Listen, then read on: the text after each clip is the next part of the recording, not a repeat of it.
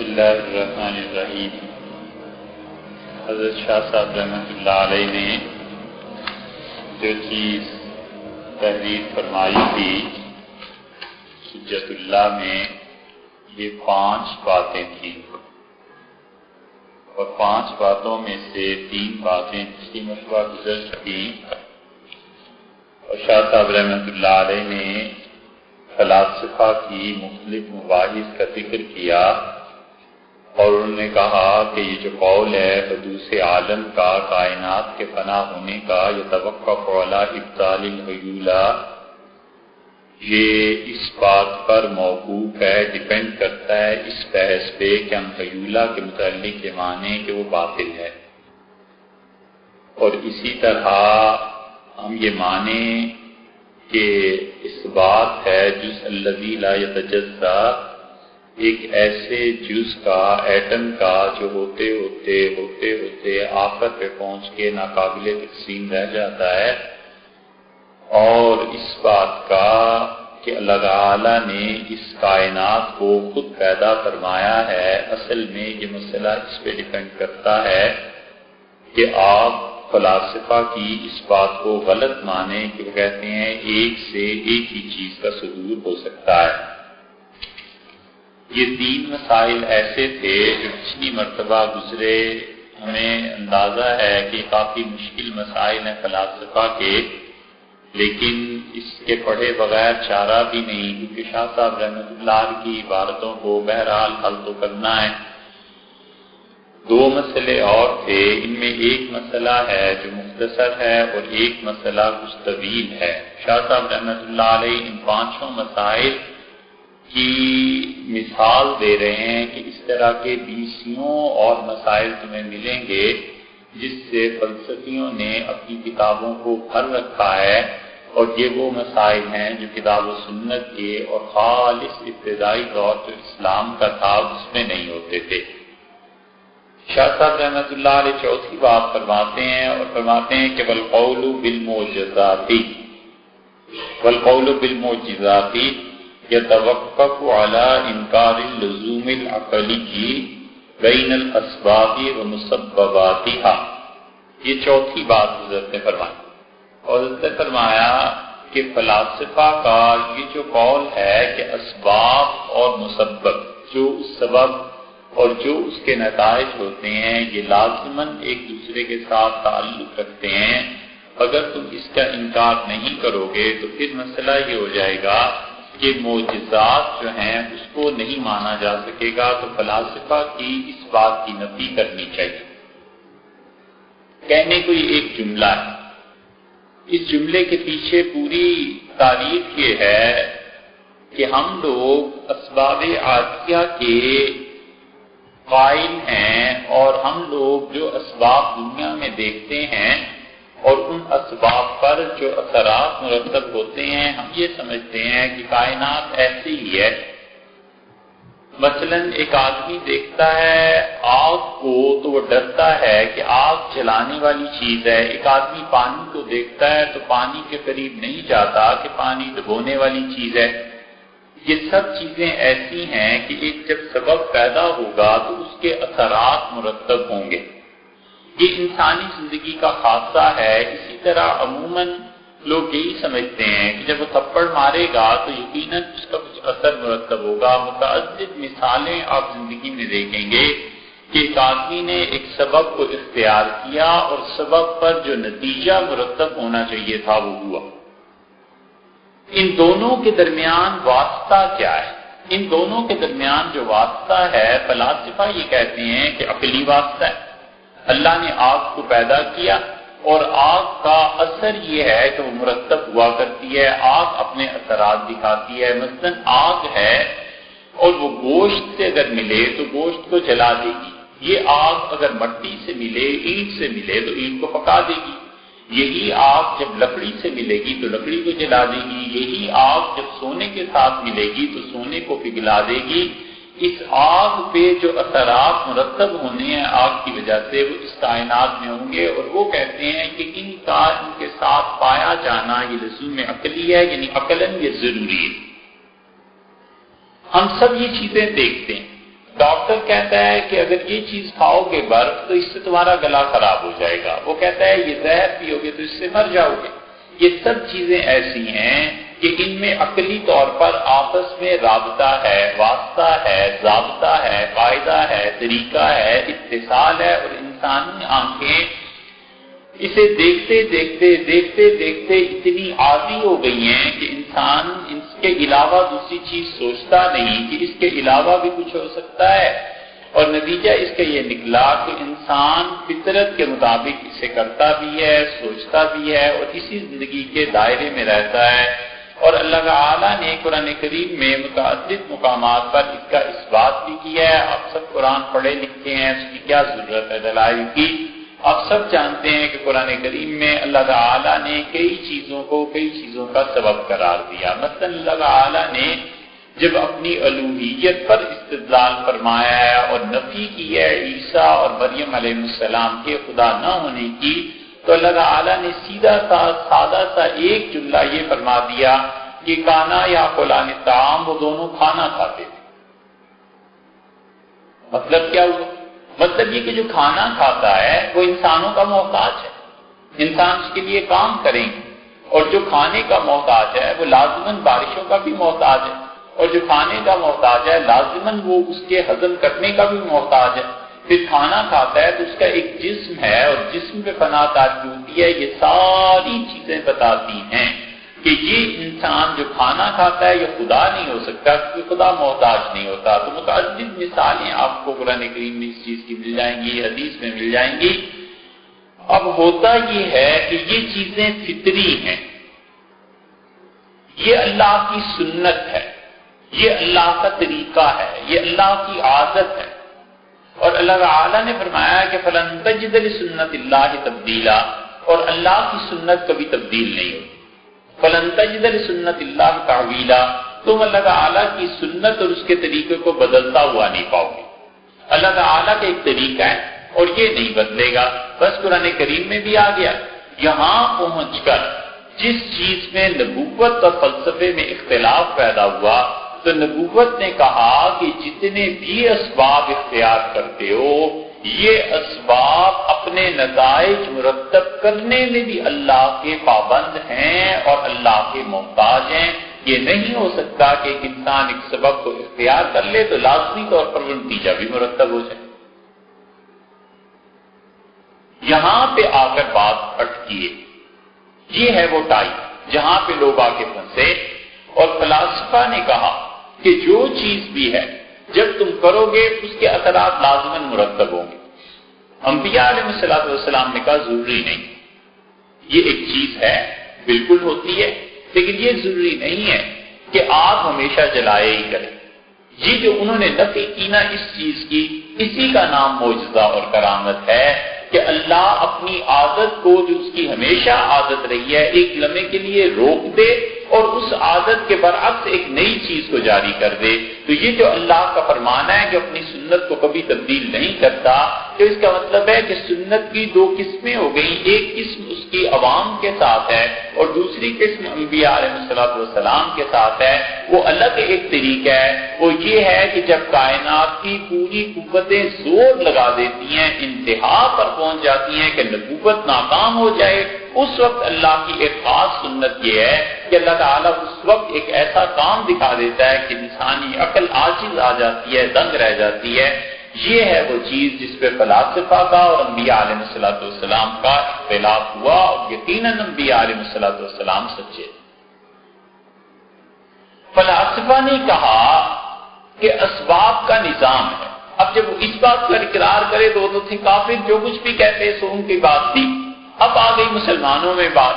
جب مسلمانوں میں یہ بات آئی اور یہ فلسفی جو مسلمان تھے، بولی سینا تھا، فارابی تھا، کندی تھا، یہ ابن طفیل تھا، ابن رشد تھا، ان سب نے اس بات کو اسلام میں داخل کرنا چاہا۔ نتیجہ یہ کہ بہت دور افکار جا پڑے، اور پھر جو کچھ انہوں نے لکھا اس کی تجدید سر سید نے کر دی، کیونکہ سر سید جیسے بھی تھے فلسفہ انہوں نے خوب پڑھا تھا، اور جو انہوں نے جن اساتذہ سے پڑھا تھا وہ اساتذہ بھی کمال کے تھے۔ اب جب مسلمانوں میں یہ بات آئی تو انہوں نے کہا کہ اسباب جو ہوتے ہیں تو ضروری نہیں کہ اس پہ کوئی نتیجہ مرتب ہو، تم تو یہ کہتے ہو انبیاء علیہ السلام کے لیے الگ ہوتا ہے۔ تو اب یہ دو چیزوں کی بحث الگ الگ ہو گئی، ہم دونوں کی طرف بات کرتے ہیں۔ پہلے فلسفیوں کو دیکھو، جب ابن رشد کے ہاں یہ مسئلہ آیا کہ اللہ تعالیٰ نے کسی قوم کو عذاب دیا، تو علماء نے کہا کہ آپ یہ جو کہتے ہیں کہ ضروری ہے کہ سبب ہو اور اس کا کوئی نتیجہ بھی نکلے، تو کوئی سبب نہیں تھا۔ حضرت نوح علیہ السلام کے زمانے میں طوفان آ گیا تو اتنا پانی دنیا میں آ گیا، اس پانی کے پیدا ہونا، زمین سے باہر آنا، آسمان سے بارشوں کا برسنا، اس کا کیا سبب؟ کچھ بھی نہیں، حالات ایسے ہی تھے، موسم ایسے ہی تھے، یہ کیسے ہو سکتا ہے؟ اسی طرح انہوں نے تمام انبیاء علیہ السلام کے معجزات کے بارے میں سوال اٹھائے۔ انہوں نے کہا یہ جو تمہارا اصول ہے یہ غلط ہے، اللہ کی سنت تبدیل ہوتی ہے کس وقت، وہ ایک اور مقام ہوتا ہے۔ اس کی تشریح عرض کرتے ہیں۔ جب حضرت لوط علیہ السلام کی قوم کی باری آئی، یہ ایک مثال دیتے ہیں، ابن رشد نے بہت اس پہ لکھا ہے، لیکن جب یہاں پر پہنچا ہے نا تو اس نے عجیب ایک بات کی۔ یہ ابن رشد بہت بڑا آدمی تھا بھائی، فلسفے میں بھی اسے کمال حاصل تھا، اور ائمہ اربعہ ستہ کے مذاہب پر اس کی دسترس تھی، 6 کی 6 فقہ یہ جانتا تھا، ظاہریوں کی فقہ جانتا تھا، فقہ جعفریہ زیدیہ کا اسے علم تھا، ائمہ اربعہ تو ہیں ہی ہیں سو خیر۔ تو اس نے کہا کہ وہ ہوا یہ کہ اس سے علماء نے سوال کیا، انہوں نے کہا اس قوم پہ پتھر کیوں برسے؟ اس نے کہا پتھر اس لیے برسے کہ فلاں ستارہ جو تھا فلاں ستارے کے قریب سے گزر رہا تھا، اور ان میں آپس میں آگ کا جب ٹکراؤ ہوا، ان کا آپس میں ٹکراؤ ہوا تو وہ پتھر تھے، اور پتھر زمین کے حجم میں داخل ہو گئے، پھر اس بستی پہ برسے۔ اس کی ایک عقلی توجیہ اس نے کی کہ عقل یہ بتاتی ہے کہ اس زمانے میں ایسے ایسے ہو گیا تھا، لہذا بارش ہوئی تھی، لہذا پتھروں کی بارش ہوئی تھی۔ اسی طرح جتنے معجزات ہیں ان سب کے متعلق ان فلاسفہ نے یہی کہا کہ پتھر برسنے کی کوئی نہ کوئی سبب تھا۔ اب بجائے اس کے کہ وہ یہ کہتے کہ انبیاء علیہ السلام نے بتایا کہ خدا نے سزا دی، سیدھی سادھی بات تھی، مسئلہ ہی حل ہو جاتا کہ اللہ نے سزا دی تھی، بس جان چھٹی، اتنی لمبی بحث ہے۔ ان کا نہیں، اس کا سبب یہ تھا کہ یہ اور ستارے مل گئے۔ ایک اور مثال دے دیں، مثلا سر سید کی بات آئی تو بات یہ آئی کہ حضرت سلیمان علیہ السلام کے ساتھ پرندے باتیں کرتے تھے، اور اللہ تعالیٰ نے قرآن کریم میں بتایا کہ وَتَفَقَّدَ الطَّيْرَ، اور انہوں نے پایا کہ پرندے نہیں ہیں، فَقَالَ مَا لِيَ لَا أَرَى الْحُدُودَ، انہوں نے کہا حدود نہیں نظر آ رہا، یہ کہاں گیا ہے؟ اور پھر انہوں نے فرمایا کہ اگر یہ دلیل نہ لایا اپنی غیر حاضری کی لَأَذْبَحَنَّهُ، ہم یقیناً اسے ذبح کر دیں گے، ضرور اسے سزا ملے گی۔ سیدھی سادھی بات تھی، امت ہمیشہ سے مانتی آئی کہ حدود ایک پرندہ تھا، اسی پرندے ہی کو ذبح کرتے ہیں، وہ گیا تھا ایسے ایسے۔ یہی بات جب فلاسفہ کے یہاں پہنچی تو متاخرین میں سر سید مرحوم تھے، سر سید نے کہا کہ حدود کوئی پرندہ نہیں تھا، وہ تو سلیمان علیہ السلام کی جو بیگم تھی ان کا بھائی تھا، سلیمان علیہ السلام کا سالہ تھا۔ تو ایک دن انہوں نے سالے کو دیکھا کہ دربار میں نہیں ہے، تو انہوں نے کہا کیا بات ہے، آج سالہ صاحب نظر نہیں آ رہے؟ تو پھر انہیں بتایا گیا کہ حضرت وہ اس طرح گئے ہوئے ہیں ایک ملکہ کے یہاں دیکھنے کے لیے۔ یہ ساری چیزیں آپ اطمینان سے پڑھ سکتے ہیں، بشرطے کہ آپ ایک چھوٹی سی کتاب پڑھیں، اور وہ ہے کلیات سر سید، وہ 17 جلدیں اگر پڑھو تو ایسی 20 چیزیں ملیں گی۔ یہ ان کی ایک مثال ہے۔ انہوں نے کہا وہ سالہ غائب ہو گیا تھا لہذا یہ ہوا۔ یہ ساری بہت سی چیزیں پہلے آپ سے عرض کر چکے ہیں اور کتابیں آپ کو دکھا چکے ہیں۔ اب یہ انہوں نے بات کی کیا، انہوں نے کہا وہ ایک انسان تھا۔ اب ایک طرف نبوت ہے، وہ کہتی ہے انسان نہیں جانور تھا۔ سیدھی طرح مانو کہ اللہ نے حضرت سلیمان علیہ السلام کو پرندوں کی بولیاں سکھا دی، سیدھی سی بات، بس آسان ہے۔ ان کا نہیں اس کا کوئی سبب ہوگا۔ اب حضرت موسیٰ علیہ السلام کی باری آئی کہ وہ اللہ تعالیٰ نے انہیں کہا کہ آپ لاٹھی ماریے، اور اس کے بعد سمندر جو ہے یہ 2 حصوں میں تقسیم ہو جائے گا، بحیرہ قلزم۔ یہ بعض لوگ غلطی سے سمجھتے ہیں یہ دریائے نیل تھا، اور یہ غلطی بڑے بڑے لوگوں کو لگی ہے۔ جب تفسیر پڑھو گے تو پتہ چلے گا کہ یہ دریائے نیل نہیں تھا، بحیرہ قلزم تھا، اور اس کے لیے جغرافیہ پڑھنا ضروری ہے۔ جغرافیہ اور نقشے دیکھیں گے آپ تو پھر پتہ چلے گا کہ حضرت موسیٰ علیہ السلام نے جو نجات پائی تھی، اور یہودی یہ جو ان کا پہلا خروج ہوا ہے یہ سب نکلے تھے بحیرہ کلثم کو کراس کر کے. تو بہرحال کلثم جو تھا اب یہ کیوں ایسے ہو گیا؟ سیدھی سی بات ہے. جیسے موسیٰ علیہ السلام کے لیے اللہ نے ایک معجزہ پیدا کر دیا. فلاسفہ کے یہاں آ جاؤ جن سے کچھ متاثر مولانا عبد الماجد دریابادی بھی. مولانا عبد الماجد دریابادی مرحوم اس درجے کے آدمی تھے کہ تفسیر میں انہوں نے جتنا کام کیا ہے اس صدی کے مجددین کے قریب ان کا مقام بنتا ہے، لیکن اس کے باوجود فلسفے کا اثر جو تھا وہ کہیں نہ کہیں رنگ دکھاتا ہے. انہوں نے کیا کیا؟ انہوں نے کہا یہ کبھی کبھی دریاؤں میں حالت پیدا ہوتی ہے، اور انہوں نے اس کی تاریخی شواہد بھی دے دیے کہ فلاں جگہ فلاں مقام پہ بہار میں 1930 میں ایسے دریا پھٹ گیا تھا، فلاں جگہ ایسے ہو گیا تھا. خیر یہ ہوا تھا یا نہیں ہوا تھا، نبوت کی بات اتنی سی ہے کہ وہ کہتے ہیں اللہ تعالیٰ نے موسیٰ علیہ السلام کو بچانا تھا، دریا کے دو ٹکڑے کر دیے. فلاسفہ ان 2-3 مثالوں سے آپ کے ذہن میں آئے گا کہ وہ لازماً اسباب کو تاثیر اور تاثیر کو سبب کے ساتھ جوڑتے ہیں، اور انبیاء علیہ السلام کہتے ہیں کہ ضروری نہیں ہے کہ کوئی سبب اختیار کیا جائے تو اس کی تاثیر بھی ہو، اور ضروری نہیں ہے کہ کوئی تاثیر تمہیں نظر آتی ہے تو اس کا کوئی سبب بھی. تاثیر نظر آتی ہے، اسباب جو ہم دیکھتے ہیں. اب یہ دوسرا پہلو ہے نبوت کا. انبیاء علیہ السلام کہتے ہیں جو تاثیر تمہیں نظر آتی ہے، جو تم سمجھتے ہو اس کا سبب، ضروری نہیں ہے کہ وہ سبب. حضرت عیسیٰ علیہ السلام کی پیدائش کو دیکھ لو، حضرت مریم کے حالات کو دیکھ لو. اسی لیے سر سید اس بات پر آ کر اٹک گئے، اور وہ تو اللہ کی مہربانی ہوئی کہ زندگی ان کی زیادہ نہیں ہوئی. انہوں نے کہا اگر خدا مجھے اور زندگی دے گا تو میں یہ ثابت کر دوں گا کہ حضرت مریم کا اور فلاں سے تعلق تھا، اور اس کی وجہ سے حضرت عیسیٰ علیہ السلام پیدا ہوئے تھے. یہ سب جا کے پڑھ لیجئے. تو وہ تو اس کو ثابت کرنے سے پہلے ہی دنیا سے چل بسے. تو انبیاء علیہ السلام کہتے ہیں تاثیر تم دیکھ رہے ہو، بچے کو دیکھ رہے ہو، لیکن یہ ضروری نہیں ہے کہ اس طرح سے آیا ہو دنیا میں جس طرح سے اور لوگ آیا کرتے ہیں. یہ ہے وہ قضیہ جس کو شاہ عبداللہ صاحب محدث دہلوی رحمۃ اللہ علیہ ان الفاظ میں بیان کرتے ہیں. ایک اور مثال اس کی دیکھو. اس کی مثال ایسے بھی ہے کہ اللہ تعالی نے دو میں سے ایک چیز ماننی پڑے گی. یا تو یہ مان لیا جائے کہ حضرت عیسیٰ علیہ السلام 25 دسمبر کو پیدا ہوئے. اگر 25 دسمبر کو وہ پیدا ہوئے تو دنیا میں موسم کتنے سالوں میں تبدیل ہوتے ہیں اب تو سائنس سب جانتی ہے. سائنٹسٹ جو ہیں موسمیات والے یہ بتاتے ہیں کہ کتنے سالوں میں کہاں کا موسم تبدیل ہو سکتا ہے. کتنے 100 برس میں جو گیس کا اوون کا ایک پردہ تھا وہ شک ہو گیا اور اب زمین پہ بیماریاں آنے لگی. سائنٹسٹ اب بتاتے ہیں کہ اتنے سال پہلے یہاں پر ایک دریا تھا، یہ مٹی گواہی دیتی ہے. ان سے پوچھو کیا 2000 سال پہلے، یہ 2009 چل رہا ہے نا، 2000 سال پہلے کیا شام میں شدید گرمی تھی؟ یہ بات طے شدہ ہے قرآن سے بھی اور عیسائیوں کے ہاں بھی کہ اللہ تعالیٰ نے حضرت مریم سے کہا کہ اللہ تعالیٰ کے حزی الیہ النخلہ کے حزی الیہ کے نخل حزی الیہ کے بجزء النخل بجزء النخل اس کو ہلاؤ. انہوں نے کھجور کے درخت کو ہلایا اور کھجوریں گرنے لگی. تو دو میں سے ایک بات ماننی چاہیے. یا تو یہ مان لینا چاہیے کہ کھجوریں عادت میں پیدا ہوئی اور شدید گرمی کا موسم تھا وہاں شام میں، اور کھجوریں شام میں پکتی ہیں. اور اگر شدید گرمی کا موسم تھا تو حضرت عیسیٰ علیہ السلام 25 دسمبر کو کیسے آ گئے؟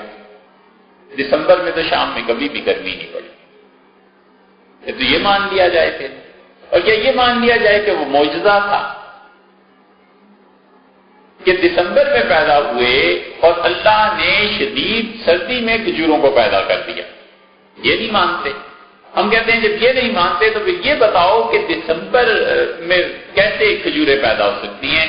معجزہ نہیں تھا تو پھر موسم کیسا تھا؟ موسم شدید سردی کا تھا. تو یہ ایسی مباحث ہیں جن میں معجزات کا انکار کرنے والے جان چھڑا نہیں سکتے. دوسری طرف نبوت کو دیکھو. انبیاء علیہ السلام کہتے ہیں کوئی سبب تم جب اختیار کرتے ہو تو سبب اپنی تاثیر مرتب کرنے میں بھی اللہ کا محتاج ہے. یہ ہے نبوت. وہ کہتے ہیں اسی وجہ سے آگ میں جلانا تھا، لیکن آگ کو اللہ نے حکم دے دیا کہ مت جلاؤ، اس نے نہیں جلایا ابراہیم علیہ السلام. یہ ہے اللہ کی خاص سنت جو سامنے آتی ہے. یہی پہ معجزات کی بحث پوری ہو جاتی ہے، اور یہ کرامت کی بحث بھی پوری ہو جاتی ہے کہ ایک ولی ہے، اللہ کا نیک بندہ ہے، اللہ تعالیٰ نے اس کے لیے آنن پانن کوئی چیز ایسی پیدا کر دی کہ زمانے کو سمیٹ دیا. اور وہ اس وقت میں 2009 میں اور ٹائم میں اس نے سفر کیا، اور اس نے کہا کہ جب تم 2080 میں پہنچو گے نا تو تمہارے ساتھ یہ بات ہو جائے گی. اللہ نے اسے زمانے میں چلا دیا، ٹائم میں اسے ٹریول کر لیا، وقت میں سفر کر لیا. اللہ تعالیٰ نے زمین سمیٹ دی، اور زمین سمیٹنے کے بعد اس نے پہلا پاؤں یہاں سے اٹھایا تو دوسرا پاؤں جا کے اس نے مکہ مکرمہ میں رکھا. زمین سمٹ کے ہی درمیان کے فاصلے. یہی ہیں معجزات اور یہی ہیں کرامات. یہ کرنا اللہ کا کام ہے، کسی انسان کے بس کی بات نہیں ہے. اور حضور اقدس صلی اللہ علیہ وسلم ہی کیوں نہ ہوں، ان کے بھی بس میں یہ نہیں تھا کہ معجزات اپنے پاس سے دکھا دیتے. حتیٰ کہ قرآن نے انہیں کہا ہے، اللہ تعالیٰ نے فرمایا کہ آپ سے معجزے طلب کرتے ہیں، آپ ایسا کر دیجئے کہ سلم فی السماء، آسمان پر سیڑھی لگا کر آ جائیے اور یہاں سے کوئی معجزہ آ کے لے جائیے. باقی اللہ نے ہرگز کوئی معجزہ نہیں اب دکھائی. یہ چیز اللہ تعالیٰ کی عادت کیا ہے؟ وہ پوری مہلت دیتا ہے کافروں کو، اور کوئی حسرت ان کے جی میں باقی نہ رہے، کہیں کل کو یہ نہ کہہ سکیں کہ یہ نہیں کیا ہم نے. حضرت نوح علیہ السلام کو دیکھ لو، دو ایک مثالیں قرآن سے بتاتے ہیں. پورا زور لگا لیا قوم نے، اور انبیاء علیہ السلام نے کہا کہ ثم کیدونی جمیعا، پھر میرے خلاف جتنا کچھ تم نے کرنا ہے کر گزرو اور چھوڑ دو مجھے، اللہ میرا مالک. حضرت نوح علیہ السلام کے ساتھ بھی یہی، قوم جو کچھ کر سکتی تھی کر لیا، اور آخر پہ پہنچ کے وہ قتل ہی کر سکتے تھے، اللہ نے انہیں بچا لیا. حضور اقدس صلی اللہ علیہ وسلم کی سیرت کو پڑھو تو مکہ مکرمہ میں جو کچھ اہل مکہ کر سکتے تھے، آخری رات کو وہ بیٹھے کہ اس شخص کو قتل کر دینا چاہیے. اب اس کی مشکلات جو ہیں جو اس نے پیدا کی ہیں معاذ اللہ، یہ حد سے بڑھ گئی ہیں. اللہ تعالیٰ نے پوری مہلت دی آخری رات تک انہیں مشورہ کرنے کی، اور اس کے بعد اللہ تعالیٰ نے رسول اللہ صلی اللہ علیہ وسلم کو ان کے درمیان سے نکال لیا، اور وہ باوجود اس کے کہ کھلی آنکھیں تھیں ان کی نہیں دیکھ سکے. ایک آدمی ان کے بیچ سے گزر رہا ہے، نہ پکڑ سکے ہیں. یہ ہے اللہ کی طرف سے معجزات کا صدور کہ اللہ تعالیٰ آنکھیں ہونے کے باوجود دیکھنے نہیں دیتا، آگ ہونے کے باوجود چلنے نہیں دیتا، پانی ہونے کے باوجود ڈوبنے نہیں دیتا. یہ سب چیزیں انہیں معجزات اور کرامات کہتے ہیں. حضرت فرماتے ہیں اگر تم اس بات کو مانو گے تو تمہیں پھر انکار کرنا پڑے گا فلسفیوں کے اس مسئلے کا کہ وہ کہتے ہیں کہ اسباب اور تاثیر یہ دونوں یکجا ہوتی ہیں. اسباب کے بغیر کوئی تاثیر پیدا ہی نہیں ہو سکتی، اور جب تاثیر ہوگی تو ضرور اس کے کوئی اسباب بھی ہوں گے. تم اس کا انکار کرو گے تو معجزات کا اقرار کرو گے. یہ تو تھی ایک بات. اس کے بعد حضرت کی آئی دوسری بات. حضرت فرماتے ہیں والقول بالمعاذ الجسمانی يتوقف على امکان اعادة المعدوم الى غیر ذلك مما شعنوا به كتبهم. اور یہ کہنا کہ انسان دوبارہ اس جسم کے ساتھ پیدا ہوگا، یہ اس وقت مانا جائے گا جب تم فلسفیوں کے اس مسئلے کا انکار کرو کہ وہ کہتے ہیں ایک مرتبہ جو چیز مٹ گئی ختم ہو گئی وہ دوبارہ دنیا میں نہیں آ سکتی. یہ فلسفیوں کا اصول ہے. اور فلسفے وہ کہتے ہیں کہ چیز فنا ہو جائے تو جو فنا ہو گئی اس کا اعادہ نہیں ہو سکتا. اور کچھ فلسفی بالکل اس کے دوسری طرف گئے ہیں اور وہ کہتے ہیں کہ کائنات میں فنا نہیں ہے. ساری بحث کو اگر آپ سمیٹیں گے نا تو ہندوؤں کا مذہب میں یہ عقیدہ رہا کہ تین چیزوں پر فنا نہیں آتی. روح پہ فنا نہیں آتی، مادے پہ فنا نہیں آتی میٹر، اور تیسرے اللہ کی ذات ہے جس پہ فنا نہیں. دہریے جو تھے انہوں نے کہا زمانے پہ فنا نہیں آتی، اور جگہ پر فنا نہیں آتی. ہمارے یہاں شیخ الاسلام ابن تیمیہ رحمۃ اللہ علیہ، جن کا پچھلی مرتبہ بھی ذکر کیا تھا، ان کے نزدیک حیولہ جو چیز ہے اس پہ فنا نہیں آتی.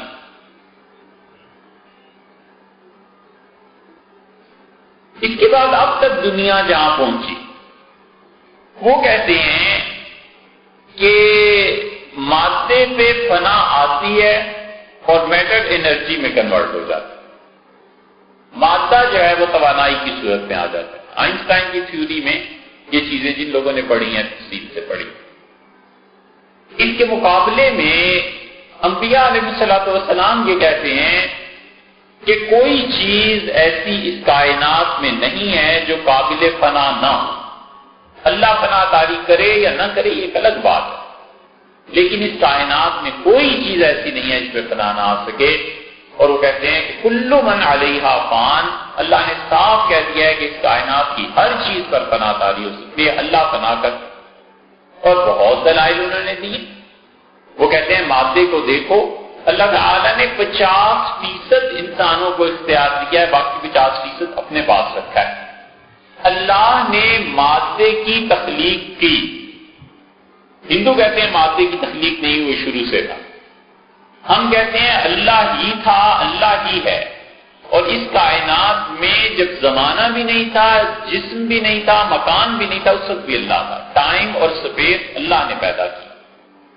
یہ سارے مسائل ایسے ہیں کہ مسلمانوں میں صدیوں زیر بحث رہے. اس لیے ہم آپ سے بالکل غلط بیانی سے اللہ نہ کرے کہ کام لیں.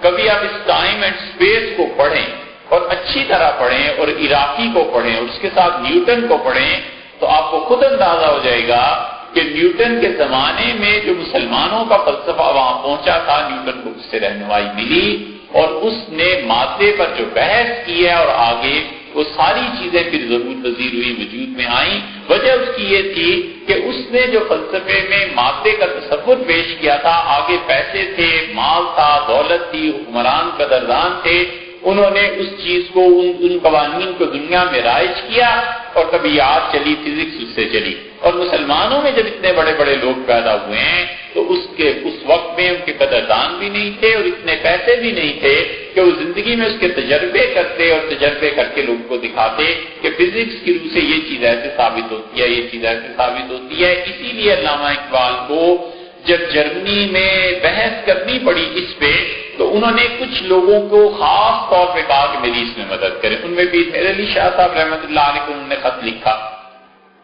کہ حضرت آپ میری مدد کیجئے زمانے کے مسئلے میں. تو حضرت رحمۃ اللہ علیہ کے پاس خط پہنچا، پھر اس کا جواب جو حضرت نے لکھوایا وہ ایسا زمانہ تھا کہ پیر میرے علی شاہ صاحب رحمۃ اللہ علیہ بس چپ رہتے تھے اور روتے رہتے تھے، آنسو گرتے رہتے تھے، چپ رہتے تھے. وہ اپنے وقت میں ایسی جگہ پر پہنچ گئے تھے کہ شاید و باعث ہی کوئی ایسا آدمی ہوتا جو ان کی مجلس میں جا کر ان کو سمجھ سکتا کہ یہ کہتے کیا ہیں. علوم اور معرفت اللہ نے ان میں جمع کر دی تھی. تو انہوں نے اپنے خادم سے کہا کہ انہیں لکھو کہ اب میرے اوقات اور میرا دماغ اس کا تحمل نہیں کر سکتا کہ میں ان مباحث میں پڑھوں. علامہ اقبال نے اسی کے لیے ٹائم اور اسپیس کی تھیوری کے لیے رجوع کیا دوسری جگہ وہاں برکات احمد صاحب سے. وہاں برکات احمد صاحب رحمۃ اللہ علیہ ہندوستان میں ٹونک میں فلسفے کے جو آخری دور کے ائمہ گزرے ہیں ان میں سے. عجیب و غریب چیزیں تھیں، عجیب و غریب علوم تھے ریاست ٹونک میں، اور وہ ٹونک میں پڑھاتے تھے اور فلسفے کو پڑھاتے تھے. ان کا ایک رسالہ تھا. تو سید سلیمان ندوی رحمۃ اللہ علیہ نے علامہ اقبال کو خط لکھا. سید صاحب رحمۃ اللہ علیہ تیسرے آدمی تھے. اقبال نے کہا میری مدد کرے، تو انہوں نے کہا مولانا برکات احمد صاحب نے جو ٹونک میں رسالہ لکھا ہے اس تھیوری پہ آپ اس کا مطالعہ کیجیے. علامہ اقبال نے ایک جگہ کہا کہ میں نے 22 مرتبہ اس رسالے کو پڑھا ہے، تب جا کر میں سمجھ پایا ہوں کہ کیا کہتا ہے. اتنا گہرائی تھا. اور یہ کوئی ایسی بڑی بات نہیں ہے. یہ ابو علی سینا ایک جگہ لکھتا ہے، وہ کہتا ہے میں نے ارسطو کی کتاب کو 40 مرتبہ پڑھا تو پھر مجھے سمجھ آئی کہ ارسطو کہنا کیا چاہتا ہے. یہ ہوتا ہے دین کی کوئی سطح جب لوگوں کی بلند ہو جاتی ہے تو پھر بسا اوقات اتنا درمیان میں خلا واقع ہو جاتا ہے کہ ہر آدمی کے لیے خود کرنا ممکن نہیں ہوتا. علامہ اقبال نے تیسرے آدمی جو تھے وہ انور شاہ صاحب کشمیری رحمت اللہ علیہ تھے، حضرت سے رجوع کیا اور حضرت کو کہا کہ میری مدد کریں۔ انور شاہ صاحب رحمت اللہ علیہ نے اپنا قصیدہ اقبال کے پاس بھیجا اور کہا اسے پڑھیے۔ علامہ اقبال نے حضرت سے وہ پڑھا اور پھر خط و کتابت کی، اور حضرت نے عراقی کا رسالہ بھی بھیجا اور فرمایا اس سے بھی پڑھ لیں۔ حضرت انور شاہ صاحب رحمت اللہ علیہ خود کہتے تھے کہ اقبال نے جتنا مجھ سے فائدہ اٹھایا علماء بھی اتنا فائدہ نہیں اٹھا سکتے، اس لیے کہ ان کا میدان وہی۔ انور شاہ صاحب رحمت اللہ علیہ نے جو کچھ الضرب الخاطب علی حدوث العالم کا قصیدہ ہے، یاد آتا ہے پڑھا تھا جب تو 273 اشعار ہیں، اور کمال کی چیز انور شاہ صاحب رحمت اللہ علیہ نے اس میں بڑا اچھا نظریہ دیا۔ حضرت سے پہلے بھی یہی نظریہ تھا، حضرت نے اس ذرا واضح طور پہ کھول کے بیان کیا۔ ایک کتاب چھپی ہے نکات افغانی۔ انور شاہ صاحب رحمت اللہ علیہ کا کمال یہ تھا کہ انہوں نے بندے بڑے کمال کے بنائے، شاگرد جو ان کے تھے ایک سے ایک چوٹی کا آدمی تھا۔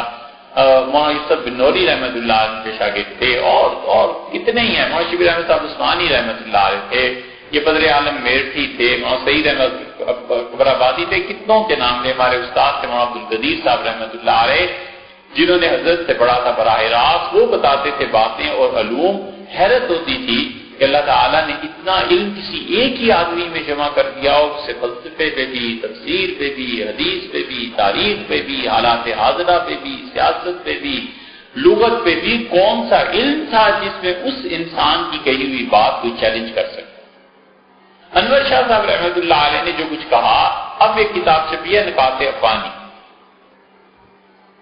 مولانا قاضی صاحب تھے نا، شمس الدین افغانی، شمس الحق افغانی رحمت اللہ علیہ، ان کی کتاب پڑھو تو اس میں تمہیں مل جائے گی یہ بات۔ انہوں نے کہا خلاصہ اس کا یہ ہے کہ اللہ نے مادے کو پیدا کیا، اگر ہم مادے کے متعلق مان لیں کہ اس پہ فنا بھی نہیں آنی اور یہ پیدا بھی نہیں ہوا، تو اللہ میں اور مادے میں فرق کیا رہا؟ زمانہ مخلوق ہے اللہ کی، زمانہ اللہ نے پیدا کیا ہے۔ اگر زمانے کے متعلق ہم مان لیں کہ زمانہ ہمیشہ سے ہے اور ہمیشہ رہے گا، تو اللہ میں اور اس میں فرق کیا رہا؟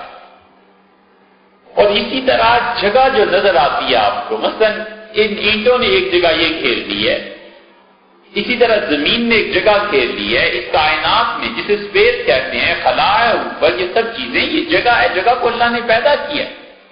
ان سب چیزوں سے پہلے اللہ کہاں تھا؟ یہاں پہنچ کے عقل گم ہو جاتی ہے، بس یہی وہ جگہ ہے جہاں پہ پہنچ کے فلاسفہ نے جو کچھ لکھا ہے وہ ہر آدمی کے سمجھ کی بات نہیں ہے، وہ اتنی اوپر کی مباحث ہیں کہ عام زندگی میں بیان کی بھی نہیں جا سکتی، لیکن اس پہ بھی مباحث ہوئی ہیں۔ انہوں نے کہا مادے کو اللہ نے پیدا کیا اور 50% تقسیم کر دیا۔ 50% کا مطلب یہ ہے کہ اللہ نے شکل کا اختیار انسان کو دے دیا اور تخلیق اور فنا اپنے پاس رکھی۔ لکڑی کو پیدا کیا، ایک لکڑی ہو گئی، ایک اوزار ہو گئے، تیسرا وہ آدمی ہے جو اس کو بناتا ہے، چوتھے یہ ایک ٹیبل کی شکل ہے نا، یہ شکل کہاں سے آ گئی؟ لکڑی ہے، اس پہ اس نے رندا چلایا، دروازہ بنا دیا، تو کہتے ہیں 3 چیزیں تو ہمیں نظر آتی ہیں، مادہ ہے لکڑی، اور اس کے اوپر اس نے اوزار پہ کام کیا بھی نظر آتے ہیں، آدمی بھی نظر آتا ہے۔ یہ اس سے جو چوتھی خود بخود شکل نکلتی آتی ہے، یہ شکل بھی تو کوئی چیز ہے، وہ کہتے ہیں یہ جو شکل ہے نا، اس کا اللہ نے آپ کو اختیار دیا ہے کہ آپ مادے کی شکلیں تبدیل کر لیں۔ یہ بہت معمولی بات ہے جو انور شاہ صاحب رحمۃ اللہ کہی اور حضرت نے بیان کیا ہے۔ اسی کو آپ اس سے 1 کروڑ گنا آگے جا کر سوچو کہ مادے کی شکل کو آپ تبدیل کر لیں، اللہ نے آپ کو اختیار دیا ہے، آخر پہ پہنچ کے اب تک اس دنیا میں ایٹم جو ہے وہ انرجی میں تبدیل ہو سکے۔ بس اتنی بات، ساری فزکس کی کہانی اوپر سے نیچے تک اس چیپٹر میں یہ ہے، باقی اور فزکس تو اس کے علاوہ ہے۔ لیکن اب مابعد الطبیعات کیا ہے؟ میٹا فزکس وہ کیا چیز ہے؟ وہ ایسی چیز ہے جو حقیقت میں صوفیہ میں سے ابن عربی رحمت اللہ علیہ کے معارف اور ان چیزوں سے تعلق رکھتی ہے۔ اگر کوئی آدمی ان نیوٹن کو اور اس آئنسٹائن کو، ان لوگوں کو پڑھے اور پھر وہ ابن عربی رحمت اللہ علیہ کے ان نظریات کو پڑھے جو ابن عربی رحمت اللہ علیہ نے روحانیت سے حاصل کی ہیں، تو پھر پتہ چلتا ہے کہ اس کائنات میں کیا کیا چیزیں ہیں اور اللہ نے علوم اتنے کھولے ہیں لوگوں پہ، اور کہاں کہاں سفر ہوتا ہے۔ ابن عربی رحمۃ اللہ علیہ جب اپنے سفر کا ذکر کرتے ہیں کہ مریخ میں گئے، پھر وہ زہرہ میں گئے، پھر وہ فلاں جگہ گئے، پھر وہ چاند میں گئے، پھر وہ سورج میں گئے، تو وہ عجیب و غریب چیزیں ہیں۔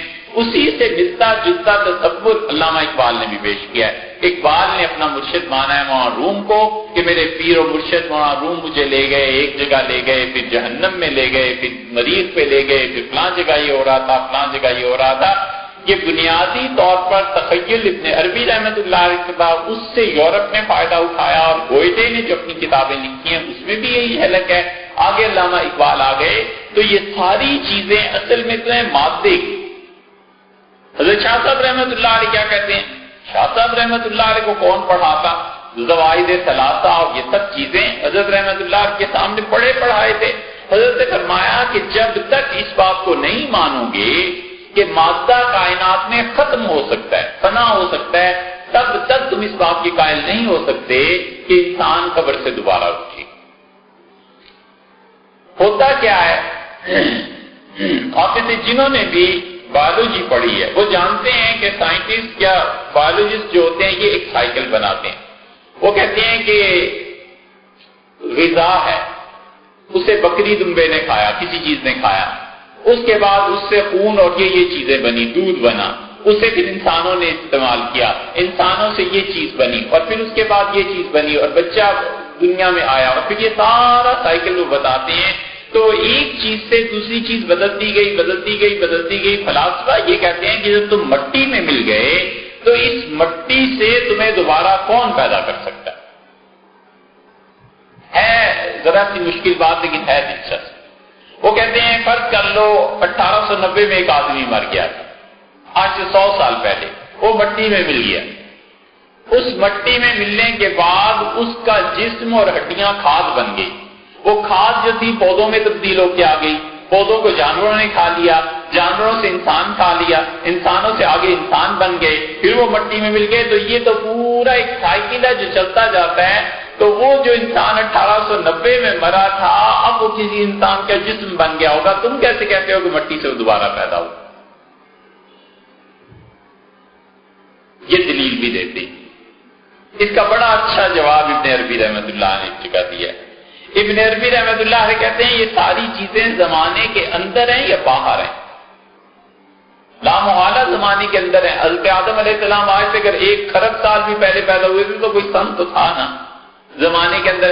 وہ کہتے ہیں قیامت میں ہوگا یہ کہ اللہ ٹائم کو پیچھے سے چلانا شروع کرے گا۔ آخری بچہ جو مرا تھا نا اس کائنات میں، خدا اس وقت سے مثلاً فرض کر لو 2050 میں قیامت آ گئی تو خدا کہے گا 2050 سے کہ اب 49 والے لاؤ، اب 48 والے لاؤ، 47 والے آئیں، اور پیچھے چلتا جائے گا۔ تو جو ٹائم آتا جائے گا ٹائم میں ساری چیزیں خود آتی چلی جائیں گی، ایسے ہو جائے گا حساب۔ اسی کو ابن عربی رحمۃ اللہ علیہ نے اس پہ دیا ہے کہ وہ کہتے ہیں حضور اقدس صلی اللہ علیہ وسلم کی جو معراج تھی اس میں جو واقعات انہیں نظر آئے کہ ایک آدمی مثلاً حدیث میں آتا ہے، یہ ابن خزیمہ کی روایت ہے، اس میں آیا ہے کہ جو لوگ وقت سے پہلے روزہ کھول لیتے ہیں، رسول اللہ صلی اللہ علیہ وسلم نے دیکھا وہ الٹے لٹکے ہوئے تھے اور ان کے منہ سے خون جاری۔ اعتراض یہ کرتے ہیں کہ وہ آدمی فرض کیجئے 1975 میں آیا جس نے پہلے روزہ کھولا تھا، رسول اللہ صلی اللہ علیہ وسلم کو 1300 سال پہلے وہ آدمی کیسے نظر آ گیا؟ یہ کیسے ہو گیا؟ تو ابن عربی رحمۃ اللہ اس کا حل دیا۔ ابن عربی رحمۃ اللہ کہتے ہیں رسول اللہ صلی اللہ علیہ وسلم پہلے فرض تھے گویا کہ اس امت کے نا، وہیں سے امت محمدی علیہ صاحب الصلوۃ والسلام شروع ہوئی۔ تو کہتے ہیں اس زمانے کا سرا ایک طرف سے اللہ نے اٹھایا اور زمانے میں قیامت کا جو تھی اس کا سرا اللہ نے اٹھا کر ملا دیا، اور اللہ نے فرمایا یہ زمانے کا آخری حصہ ہے۔ مثلا 2050 میں قیامت آنی ہے، نے بتا دیا یہ 2050 آ گیا ہے، یہ دیکھ لیں آپ کی امت کے اعمال، یہ سارے امتی آپ کے آ گئے ہیں۔ تو اس طرح زمانے کا سفر اللہ تعالیٰ نے انہیں طے کرا دیا۔ اور سنو، وہ کہتے ہیں کہ یہی مشرکین مکہ کا اعتراض تھا۔ انہوں نے کہا کہ اذا مزقتم کل ممزق، جب تم ریزہ ہو جاؤ گے تو زمین سے کون پیدا کر سکتا ہے؟ عجیب بات کرتے ہیں محمد صلی اللہ علیہ وسلم کہ زمین سے پیدا ہوں گے، مٹی سے پیدا۔ فلاسفہ جو تھے انہوں نے اس بنیاد پہ انکار کر دیا۔ شاہ صاحب رحمۃ اللہ علیہ کہتے ہیں کہ یہ اسی وقت ممکن ہے جب آپ یہ مانیں کہ اللہ مادے کو پیدا کر سکتا ہے، یعنی مادہ پیدا ہوتا ہے، اللہ تعالیٰ اسے پیدا کرتا ہے اور اس پہ فنا بھی آئے گی۔ اللہ ہی کی ذات ہے جس پہ فنا نہیں ہے، اور اللہ ہی کی ذات ہے جسے کسی نے پیدا نہیں کیا۔ یہ ہیں شاہ صاحب رحمۃ اللہ علیہ کے 5 مسائل۔ فرماتے ہیں الی غیر ذالک مما شأنوا بہ کتبہ، اور اس قسم کے کتنے ہی مسائل ہیں جن میں ان فلسفیوں کی کتابیں بھری پڑی، اور یہ سب اسی بات کے قائل ہیں۔ اسی وجہ سے آخرت کا انکار کیا گیا کہ اللہ کے یہاں پیدا ہی نہیں ہوں گے، اور آخرت کا انکار یہ وہ چیز ہے جس نے دنیا کو تباہی سے روشناس کرایا۔ جس شخص کو آخرت کی فکر اور خیال نہیں ہوتا کہ مر کے اللہ کے یہاں جواب دینا ہے، لا محالہ اس کے نتیجے میں وہ آدمی منافقت کرتا ہے، منافق ہو جاتا ہے۔ سیدھا سادہ اصول ہے کہ بارش برسے گی تو یقیناً چیزیں گیلی ہوں گی، آخرت کی فکر اور خوف ہوگا تو نفاق نکلے گا، جب آخرت کا خوف نہیں ہوتا تو پھر منافقت ہو جاتی ہے، اور بہت لوگ ایسے ہی نظر آئیں گے۔ شاہ صاحب رحمۃ اللہ نے ان 5 مسائل کا ذکر کیا، یہ دوسری بات۔ تیسری بات جو اس میں آخری بات ہے وہ یہ ہے کہ یہ کن لوگوں نے اس کا ذکر کیا، کون لوگ تھے جو اس بات کے قائل تھے کہ انسانی جسم، اب یہ بھی اسی دوسری بات کے بعد اسی جو آخری بات عرض کریں، اس کو ذرا آپ دیکھیں تو یہ ملتی جلتی ہے فلسفے کی اس شاخ سے جس کے یورپین بھی قائل ہیں، امریکن اب جو فلاسفہ ہیں اس کے وہ بھی قائل ہیں، اور اسی طرح اب آپ دیکھیں گے تو ہارورڈ یونیورسٹی اور یونیورسٹی سے جو کتابیں آہستہ آہستہ نکل رہی ہیں وہ سب اس بات کی طرف دعوت دے رہے ہیں کہ آخرت میں جو حشر ہوگا وہ جسم کے ساتھ نہیں ہوگا، روح کے ساتھ ہوگا۔ جسم کو قبر سے نہیں نکالا جائے گا، روح نکلے گی، روح ہی لذت کو محسوس کرتی ہے اور روح ہی دکھ کو محسوس کرتی ہے، تو وہ اعادہ جسمانی کے قائل نہیں۔ بس خلاصہ اس بحث کا یہ شاہ صاحب رحمۃ اللہ علیہ فرماتے ہیں کہ والقول بالمعاد الجسمانی، اور جسمانی اعادے کے قائل ہونے کے لیے تمہیں ماننا پڑے گا یہ کہ اللہ تعالیٰ جب چاہے غیر حاضر چیز کو حاضر کر دے۔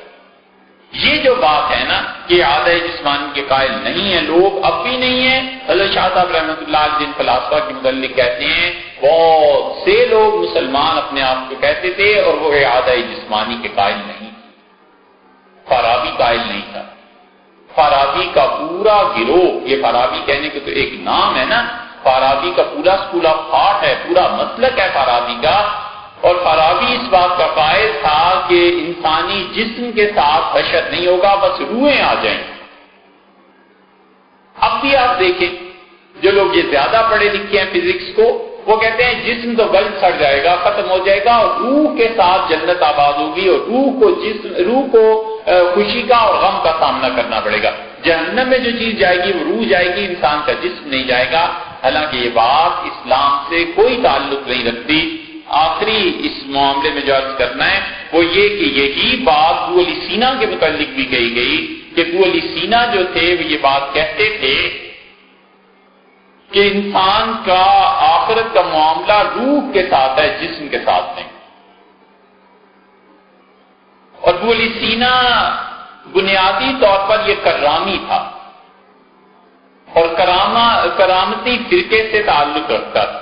ابو علی سینا کا باپ جو تھا اور اس کے بھائی بہت بہت زیادہ شیعت میں آگے چلے گئے، اور ان لوگوں نے دنیا میں خیر کا کیا کام کیا ہوگا سوائے اس کے کہ انہوں نے جامع الازہر بنا دی۔ جامع الازہر جو بنی ہے تو یہ حقیقت میں کرامتیوں نے ہی بنائی تھی، اور ان کا خیال تھا کہ علوم کی تبلیغ اور علوم کا نشر یہاں سے ہوگا۔ وہ تو پھر حکومتیں بدلتی گئیں تو آہستہ آہستہ یہ اہل سنت والجماعت کے ہاتھ میں آ گئی، اور پھر جامع الازہر کا کچھ حلیہ بدل گیا، ورنہ بنیادی طور پہ اہل تشیع کی وہ شاخ جو کرامتی کہلاتے تھے انہوں نے بنائی تھی، اور کرامتہ کے جو بڑے مراکز تھے جہاں پر کرامتیوں کا زور چلتا تھا ان میں سے ایک ملتان، اور ملتان میں کرامتیوں نے اپنی حکومت بنائی ہوئی تھی، حتیٰ کہ کرامتیوں کا جب بیت اللہ پر قبضہ ہوا ہے تو بیت اللہ پر قبضے کے بعد انہوں نے حجر اسود کو اکھیڑ دی، 14 سال مسلمانوں نے حج کیا ہے بغیر حجر اسود کے، اور اٹھا کے اپنے علاقے میں لے گئے، اور وہ بیٹھ جاتے تھے حتیم کی دیوار پہ، جو مسلمان عورت گزرتی تھی بچہ گود میں اٹھاتے تھے بچے کو، ڈیڑھ مارتے تھے بیت اللہ کی دیوار پہ، اور لکھنے والوں نے لکھا ہے کہ ہم نے بچوں کے مغز دیکھے بیت اللہ کی دیواروں پہ لگے ہوئے، اور وہ کہتے تھے بلاؤ تو اپنے خدا کو، کدھر ہے تم اس کے متعلق کیسے نظریے رکھتے ہو، یہ چیزیں کرتے ہو، حتیٰ کہ ان کرامتہ سے بغداد کی خلافت تنگ آ گئی اور کوئی ان پہ قابو نہیں پا سکتا، پورے عالم اسلام میں اتنا تسلط تھا، اور انہوں نے درخواست کی پھر یمین الدولہ سے، یمین الدولہ سلطان محمود غزنوی رحمۃ اللہ علیہ سے، اور انہیں کہا کہ ان کا کچھ حل کریں، اور وہ اللہ کا بندہ وہاں سے آیا، اور پھر ملتان میں جو قتل عام ہوا ہے ان کا، یہ ضرب تھی جو اس نے ان کی کمر توڑ کے رکھ دی، اور پھر کرامتی آہستہ آہستہ ختم ہونا شروع ہوئے۔ ان کرامتیوں میں بڑے لوگ جو پیدا ہوئے ہیں ان میں بولی سینا، بولی سینا نے اتنا کچھ لکھا ہے، اتنا کچھ لکھا ہے اور اتنا اچھا لکھا ہے کہ امام رازی رحمت اللہ علیہ جیسا انسان جو بولی سینا سے بیزار ہے، رازی کا بس نہیں چلتا، نہیں تو یہ سامنے ہوتا کہ رازی کے تو رازی سے گولی مار دیتے۔ رازی کی کتابوں کو آپ پڑھیں، اور امام رازی کی الاشارات و تنبیہات یہ پڑھو،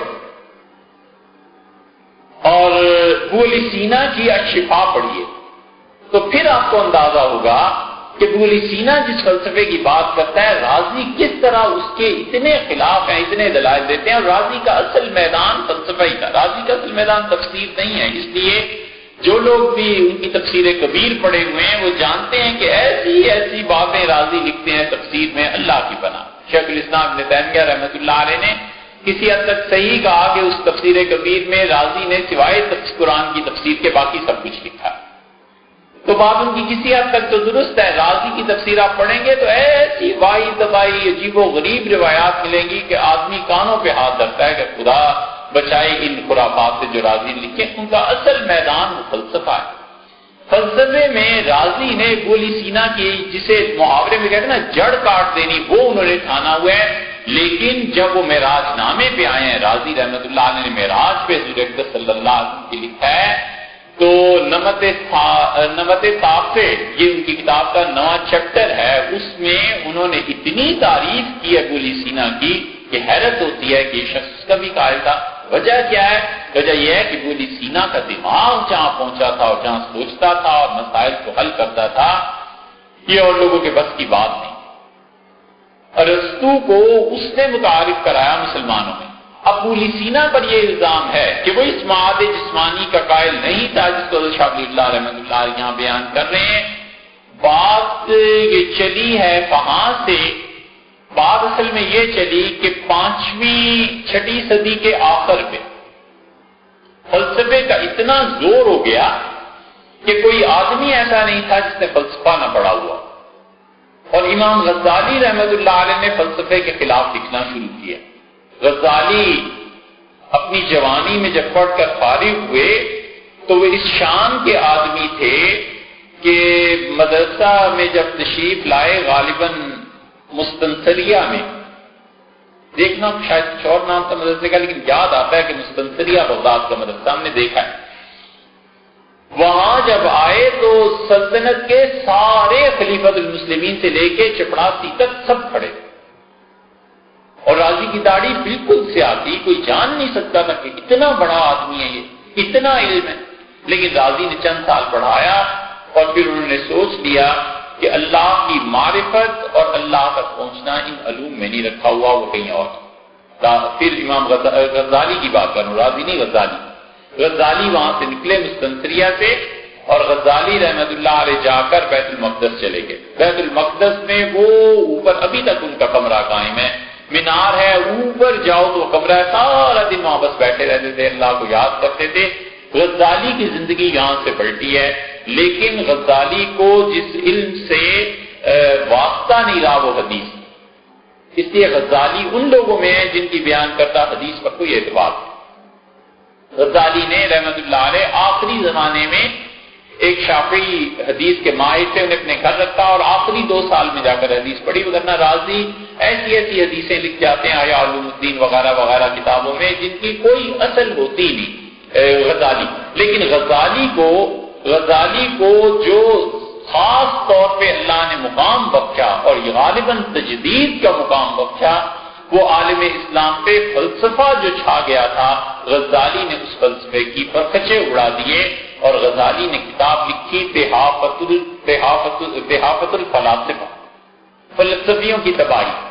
اس میں انہوں نے اس بحث کو چھیڑا ہے کہ انسان جب دوبارہ پیدا ہوگا تو اس جسم کے ساتھ ہوگا، یعنی یہ صرف روح ہے جو خوشی اور غم کو محسوس کرتی ہے۔ اور انہوں نے پھر اس پہ الزام کن لوگوں کو دیا ہے؟ انہوں نے کہا کہ جو شخص بھی جسمانی اعادے کا قائل نہیں ہے وہ شخص کافر ہے۔ یہ غزالی کا فتویٰ۔ وہ کہتے ہیں قرآن بار بار اس بات کو کہتا ہے کہ دیکھو تم نے اسی جسم کے ساتھ پیدا ہونا ہے، اور جو شخص بھی اس جسم کی دوبارہ پیدائش کو نہیں مانتا وہ انسان کافر۔ اب تحافت الفلاسفہ میں امام غزالی رحمۃ اللہ علیہ نے جن لوگوں پر تنقید کی ہے ان میں سرے فہرست کے ابو علی سینا ہے، ان کی عبارت سن۔ تحافت الفلاسفہ میں ابن سینا رحمۃ اللہ علیہ نے 20 مسائل منتخب کیے ہیں اور 20 مسائل پر انہوں نے بحث کیا ہے کہ فلسفیوں کا یہ مسئلہ غلط ہے، یہ غلط ہے، یہ غلط ہے، یہ غلط ہے۔ تو غزالی ان 20 مسائل میں پہلے کہتے ہیں المسئلۃ الاولی، پہلا مسئلہ ان کے مذہب کے ابطال پر۔ پھر ہوتے ہوتے جب وہ پہنچے نا 20ویں مسئلے پہ تو وہ کہتے ہیں فی ابطال انکارہم البعث وحشر الاجساد مع التلذذ والتعلم۔ یہ فلسفیوں کو، ابو علی سینا اور ان کے ماننے والوں کو اس لیے بھی کافر قرار دینا ضروری ہے کہ انہوں نے انکار کیا ہے کہ دوبارہ جب ہم اللہ کے سامنے پیش ہوں گے تو حشر الاجساد، یہ جو جسم ہے یہ بھی اٹھے گا، باوجود اس کے کہ التلذذ والتعلق۔ وہ مانتا ہے ابن سینا کہ آخرت میں لذت بھی ہے، لطف بھی ہے جنت میں، اور جہنم کا عذاب بھی ہے۔ آگے کہتے ہیں فَإِنْ قَالَ قَائِلٌ قَدْ فَصَلْتُمْ مَذَاهِبَ هَؤُلَاءِ أَفَتَقْطَعُونَ بِكُفْرِهِمْ وَوُجُوبِ الْقَتْلِ لِمَنْ يَعْتَقِدُ اعْتِقَادَهُمْ۔ جب تم یہ کہتے ہو کہ ان فلسفیوں کا مذہب میں نے بیان کر دیا ہے اور ان سب لوگوں کے مذاہب ہیں، تو کیا تم قطعی طور پر حتمی اور آخری فتویٰ یہ دیتے ہو اور یہ کہتے ہو کہ اس شخص کو قتل کرنا چاہیے لیکن یعتقد اعتقادہم، جو اس قسم کا ابو علی سینا جیسا عقیدہ رکھے اور فارابی جیسا کہ آخرت اور حشر اس جسم کا نہیں ہوگا، روح کا ہوگا۔ قلنا، ہم نے یہ کہا تکفیرہم لا بد فی ثلاث مسائل۔ امام غزالی رحمۃ اللہ علیہ کہتے ہیں ہم یہ کہتے ہیں کہ ابو علی سینا، فارابی، ان کے ماننے والوں کو کافر قرار دینا خاص طور پہ 3 مسئلے ایسے ہیں جن میں انہیں کافر کہنا چاہیے۔ کون کون سے 3 مسئلے؟ پہلا مسئلہ یہ ہے کہ مسئلۃ قدم العالم وقولہم ان الجواہر کلھا قدیمۃ۔ یہ کہتے ہیں کہ یہ دنیا قدیم ہے۔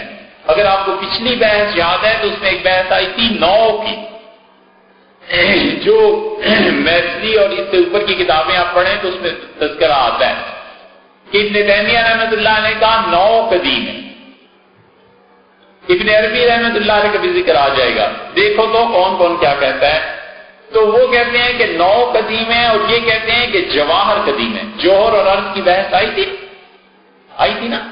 یہ فلاسفہ کہتے ہیں کہ جواہر جو ہیں وہ قدیم ہیں، تو جواہر ان الجواہر کلھا قدیمۃ، یہ جواہر سارے قدیم ہیں، اس وجہ سے انہیں کافر ماننا ضروری ہے کیونکہ جواہروں یا اعراضوں پیدا تو اللہ نے کی۔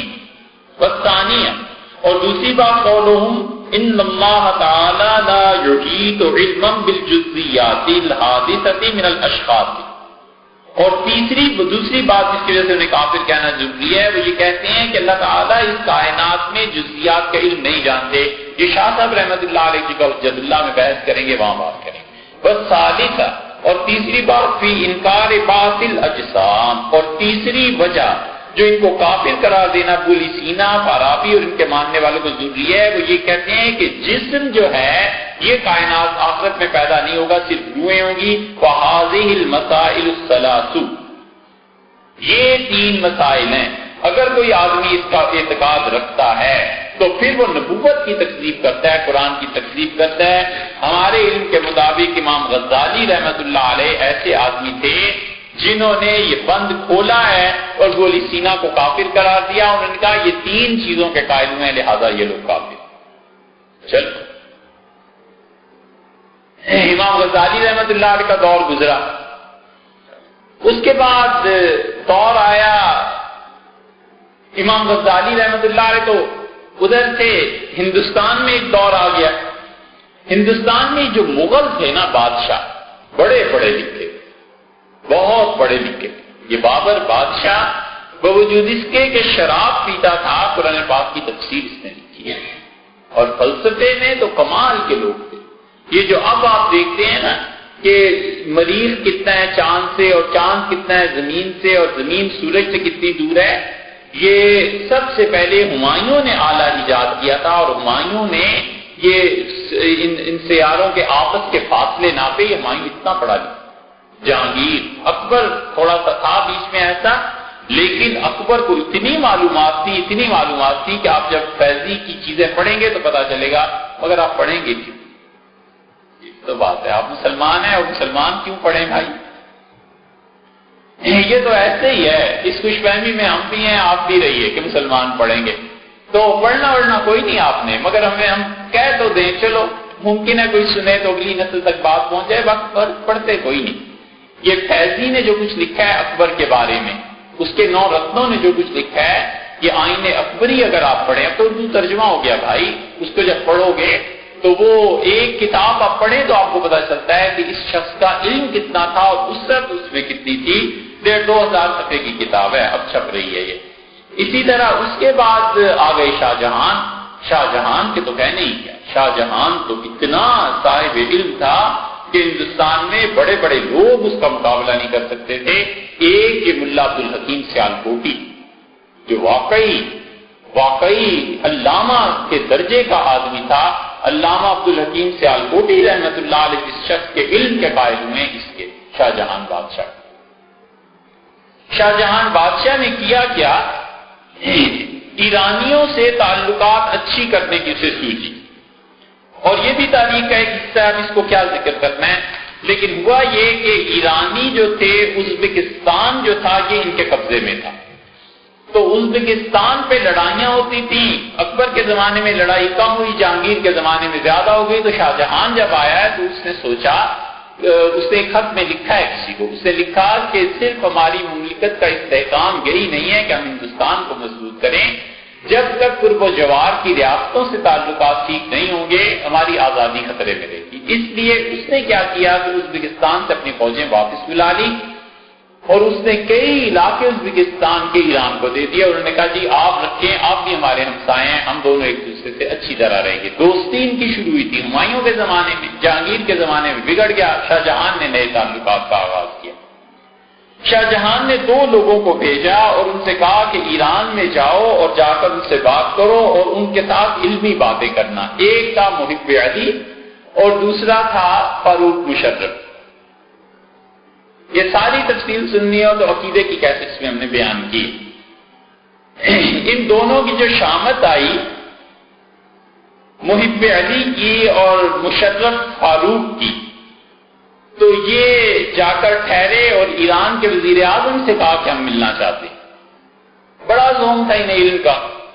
ایران کا وزیر اعظم جو تھا وہ عالم علماء عراق تھا، اس کا لقب کہ عراق میں اس وقت تک اتنا صاحب علم کوئی پیدا ہی نہیں ہوا۔ تو اس نے جواب میں لکھا کہ 6 مہینے سے پہلے وقت نہیں ہے ملنے کا، میں مسئول۔ 6 مہینے گزارے، سفارت پیش ہوئی، اور ان کی جو بدبختی آئی تو انہوں نے شروع کیا مسئلہ کہ حضور والا فلسفے میں آپ نے کیا پڑھا ہے؟ وہ کثر نفسی میں تھا، اس نے کہا میں نے فلسفے میں کیا پڑھنا ہے، ہم تو ایسے ہی فوجی لوگ ہیں، ہم نے کیا پڑھنا ہوتا ہے۔ تو انہوں نے مسئلہ چھیڑ دیا کہ فلاسفہ کا آپ کا کیا خیال ہے، نجات ہو جائے گی یا نہیں ہو جائے گی؟ وہ سنتا رہا ساری باتیں۔ اس نے کہا اچھا تم یہ بتاؤ کہ وہ کون سے 3 مسئلے ایسے ہیں جس میں ابو علی سینا کو امام غزالی رحمۃ اللہ علیہ نے کافر کہا؟ وہ کون سے 3 مسئلے ہیں جو علماء علم کلام اور علماء فلسفہ کے درمیان زیر بحث ہیں؟ وہ 3 مسئلے تو بیان کرو۔ اب یہ ادھر ادھر دیکھنے لگے، تو جب وہ سمجھ گیا کہ یہ نہیں جانتے تو اس سے کہا پڑھاؤ، کل آ کے بیان کر دے۔ اب جب یہ آئے تو انہیں اور شرمندگی ہوئی، پڑھیں کہاں سے؟ شاہی مہمان تھے، مہمان خانے میں جو کتب خانہ تھا اسے بھی منع کر دیا گیا کہ انہیں دیکھو اب کیا کرتے ہیں۔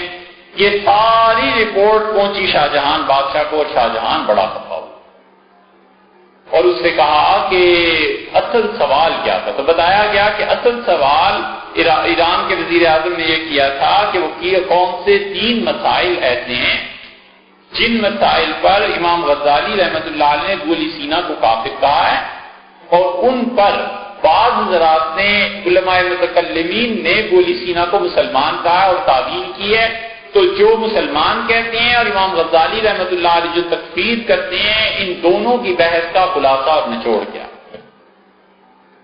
شاہجہان بادشاہ کے سامنے جب یہ خط پڑھا گیا تو اسے غصہ بھی آیا، اور سعد اس کے وزیر اعظم تھے، اس نے کہا کہ اچھا میری مصروفیات بتاؤ کیا کیا ہیں، تاکہ میں اس پہ محاکمہ خود لکھوں گا اور میں تحریر کروں گا کہ یہ دونوں کا اختلاف کیا اور اس میں اصل بات کیا ہے۔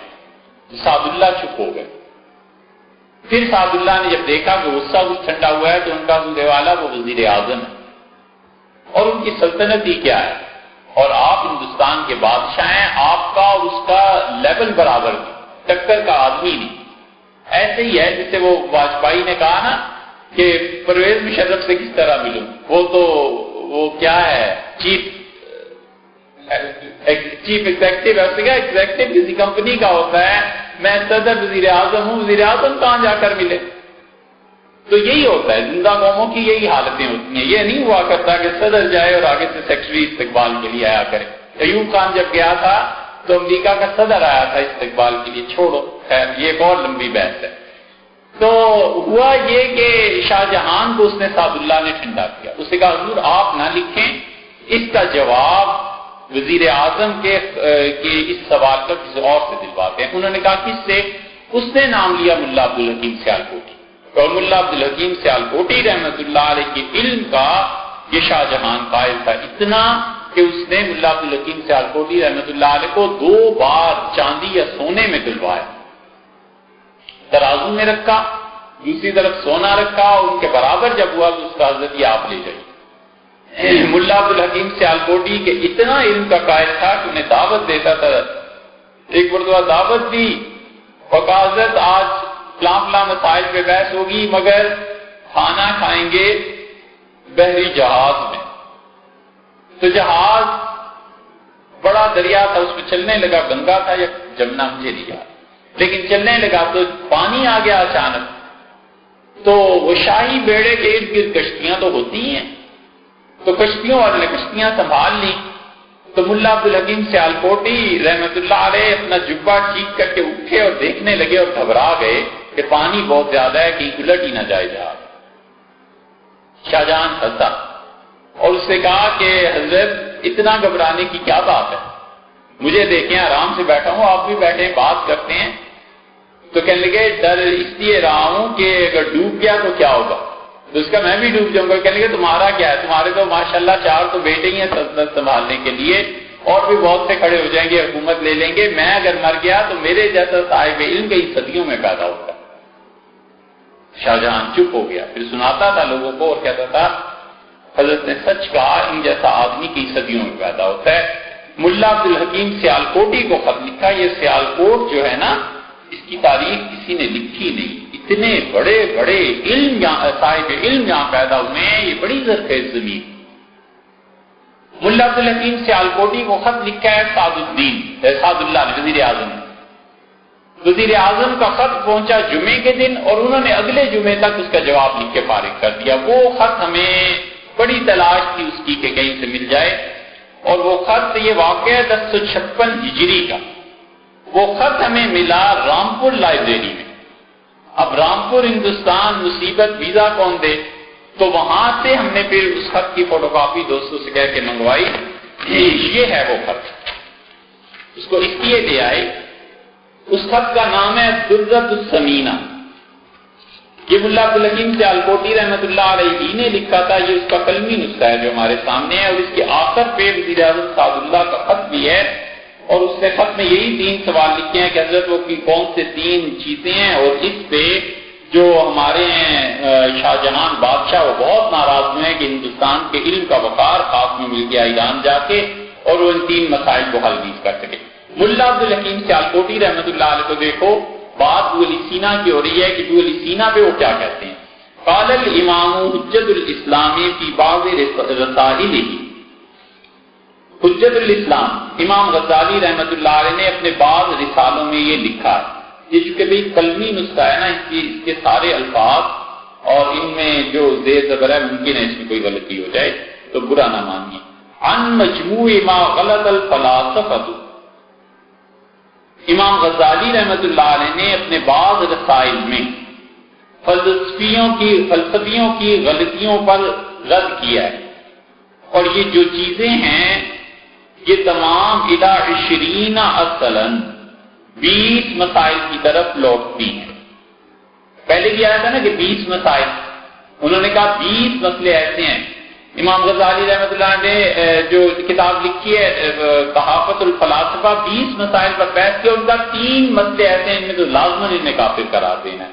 یہاں بھی ملا عبدالحکیم سیالکوٹی بھی یہی لکھتے ہیں رحمۃ اللہ علیہ، کہتے ہیں یجب، یہ واجب ہے، نکفرہم، ہم ان کو کافر قرار دیں، فی ثلاثۃ، 3 مسئلے ایسے ہیں، وتبدیعہم، اور ان کا باقی بدعات کا اختیار کرنا، فی 17 مسائل میں یہ فلسفی بدعتی ہیں، اور 3 مسائل ایسے ہیں جن میں یہ کافر ہیں، وَلِإِبْطَالِ مَذْهَبَهُمْ، اور ان کے مذہب کا ابطال کرنا، فی هذه المسائل، ان مسائل میں، 20 صنفت کتاب الصحافہ، امام غزالی رحمۃ اللہ نے کہا کہ میں نے ایک کتاب تحریر کی ہے، اس کا نام ہے تحافت الفلاسفہ۔ فقد خالفوا کافت الاسلامیین،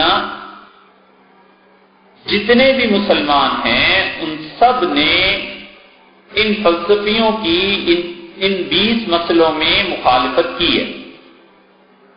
قولہم، اور ان کا یہ کہنا کہ ان الاجسام لا تحشر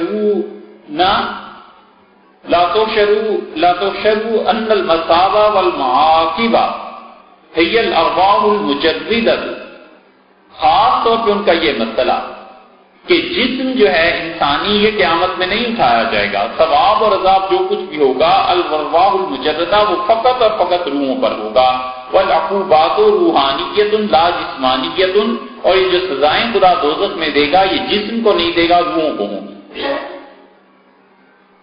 پھر وہ کہتے ہیں کہ وقد صدقوا فی اسباب الروحانیت، ہم اتنی باتوں فلسفیوں کی مانتے ہیں کہ روح کو لذت بھی ملے گی اور عذاب بھی ہوگا، ولیکن کذبوا فی الجسمانیت، لیکن یہ جو فی انکار بھی جسمانیت ہے، لیکن جو فلسفیوں نے یہ کہا ہے نا کہ جسم پر عذاب نہیں ہوگا اور جسم کو لذت نہیں ملے گی، یہ بات ان کی کفر ہے، آدھی بات ان کی ٹھیک، روح تک آدھی بات کفر۔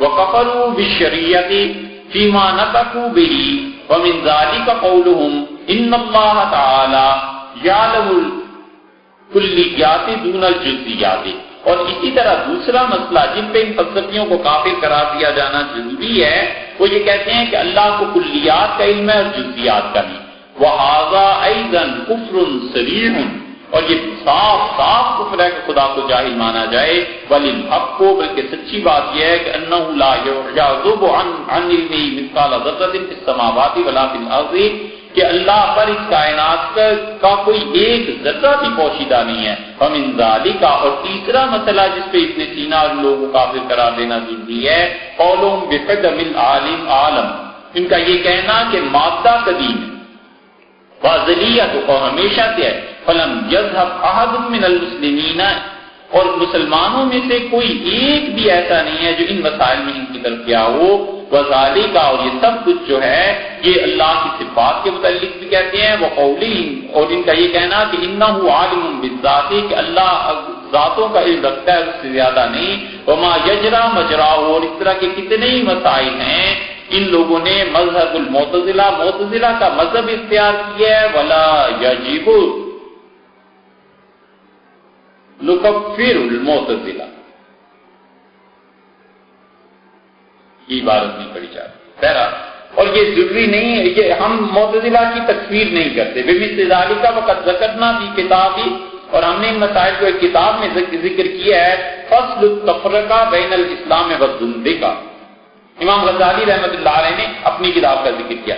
پھر وہ کہتے ہیں آگے چل کے یہ ملا عبد الحکیم رحمۃ اللہ علیہ کے قال الامام الرازی، امام رازی رحمۃ اللہ علیہ کہتے ہیں لا يمكن الجمع بین الایمان بما جاء به رسول اللہ صلی اللہ علیہ وسلم وانکار الحشر الجسمانی، یہ ممکن ہی نہیں ہے کہ کوئی آدمی اس بات کو مانتا ہو کہ رسول اللہ صلی اللہ علیہ وسلم سچا دین لے کے آئے تھے اور پھر وہ یہ کہے کہ جسم جو ہے قیامت میں نہیں آئے، وہ کہتے ہیں ممکن ہی ہو گئی تکفیر ملا عبد الحکیم رحمۃ اللہ علیہ کے یہاں سے بھی، وہ علی سینا کی بھی ان کے ماننے والوں۔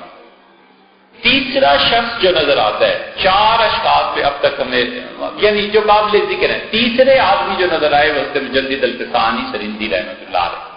حضرت مجدد رحمۃ اللہ علیہ کے مکتوبات جو ہے نا، اس کی ایک سطر پڑھنے کے قابل ہے، اور فارسی اردو تو ترجمہ جس کا جو جی چاہے اس نے کر دیا ہے۔ حضرت مجدد رحمۃ اللہ نے جو مکتوبات لکھے ہیں، کمال کی چیز لکھی ہے۔ ہماری اللہ کا شکر ہے اس کی سند حضرت سے متصل ہے، حضرت مجدد رحمۃ اللہ علیہ سے۔ یہ مکتوبات شریف ہم نے پڑھے حضرت خانم صاحب سے، اور حضرت بعض جگہ پہ رک کے کوئی ایک ہی جملہ کہتے تھے، وہ ایسا جملہ ہوتا تھا جو بس سمجھ میں آتا تھا کہ بس یہ بات صحیح ہے، حضرت نے جو فرمایا یہ حرف آخر ہے۔ حضرت رحمۃ اللہ حضرت کو زندگی گزر گئی حضرت مجدد رحمۃ اللہ کی مکتوبات پڑھتے ہوئے، اور حضرت نے باقاعدہ اس کی لکھ کے بھی سند دی۔ ختم نبوت کے پوری دنیا میں اس کا زمین ہے۔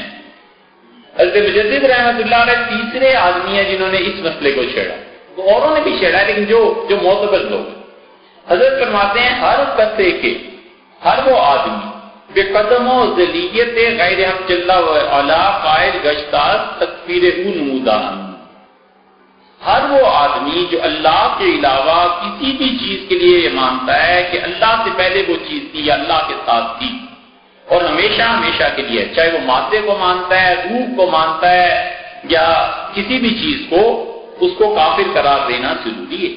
امام غزالی عظیم راہ تکفیر ابن سینا و فارابی وغیرہ شان نمودار، امام غزالی رحمۃ اللہ علیہ نے اسی لیے گولی سینا کی اور فارابی اور ان جیسے لوگوں کی تکفیر کی ہے، انہیں کافر قرار دیا ہے کہ قائل بقدم عقول و نفوسند، کہ وہ کہتے ہیں کہ اللہ تعالیٰ کے ساتھ ساتھ اس وقت عقول اشرا تھی۔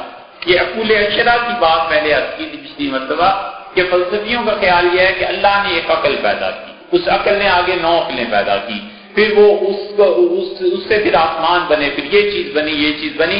حضرت مجدد رحمۃ اللہ علیہ فرماتے ہیں یہ سب جو اس قسم کے قائل ہیں نا، وہ بقدم حیولہ و صورت گمان بردان، اور حیولہ کے قدیم ہونے کے جو قائل ہیں، حیولہ پچھلی مرتبہ بحث گزر چکی، اس کی 9 کے قدیم ہونے کے یہ قائل تھے ابن تیمیہ۔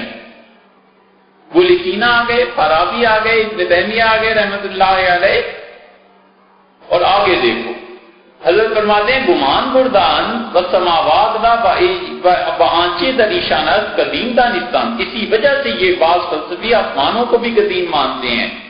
حضرت خواجہ ما قدرت رومی فرمودن، ہمارے حضرت خواجہ باقی باللہ رحمۃ اللہ علیہ فرمایا کرتے تھے کہ شیخ محی الدین ابن عربی بے قدم ارواح کمل قائل، کہ محی الدین ابن عربی رحمۃ اللہ علیہ تو کامل لوگ جو ہوتے ہیں اللہ کے ولی اولیاء اللہ کی روحوں کو بھی قدیم مانا کرتے تھے۔ اب کہاں بات آئی؟ گولی سینا 1، فارابی 2، ابن تیمیہ 3، ان کے ماننے والے 4 اور 5ویں حضرت نے فرمایا کہ میرے شیخ کے کہتے تھے خواجہ باقی باللہ رحمۃ اللہ علیہ کہ حضرت ابن عربی رحمۃ اللہ علیہ جو پاک نیک لوگ ہیں ان کی روحوں کو بھی قدیم مانا کرتے تھے. حضرت فرماتے ہیں اس کے بعد کہ ان سخن را الظاہر مسلوب واحد داشت. یہ ضروری ہے کہ جن لوگوں کا یہ نظریہ ہو، جیسے محی الدین ابن عربی رحمۃ اللہ، حضرت ابن عربی کا کہا ہے ہم تو ابن تیمیہ رحمۃ اللہ علیہ کو بھی کہتے ہیں. حضرت فرماتے ہیں ان کے اس کلام کی کوئی تعویل کرنی چاہیے، وہ معمول بر تعویل باعث خاص، اور اس کی تعویل کچھ سوچنی کرنی چاہیے تا با اجماع اہل ملل مخالف نہ شود، تاکہ پوری امت کے مخالف یہ نہ ہو جائیں. وہ تعالی قادر مختارت، اللہ کی ذات پوری قدرت رکھتی ہے، اختیار ہے اسے مادے کو پیدا کرے فنا کرے از شائبہ ایجاب و مذنہ اضطرار منزہ و مبرر. اللہ کی ذات اس سے بہت پاک ہے کہ وہ اس میں کسی ایجاب اور مذنہ کا شائبہ بھی پایا جائے. یہ بھی فلسفے کی اصطلاحات ہیں.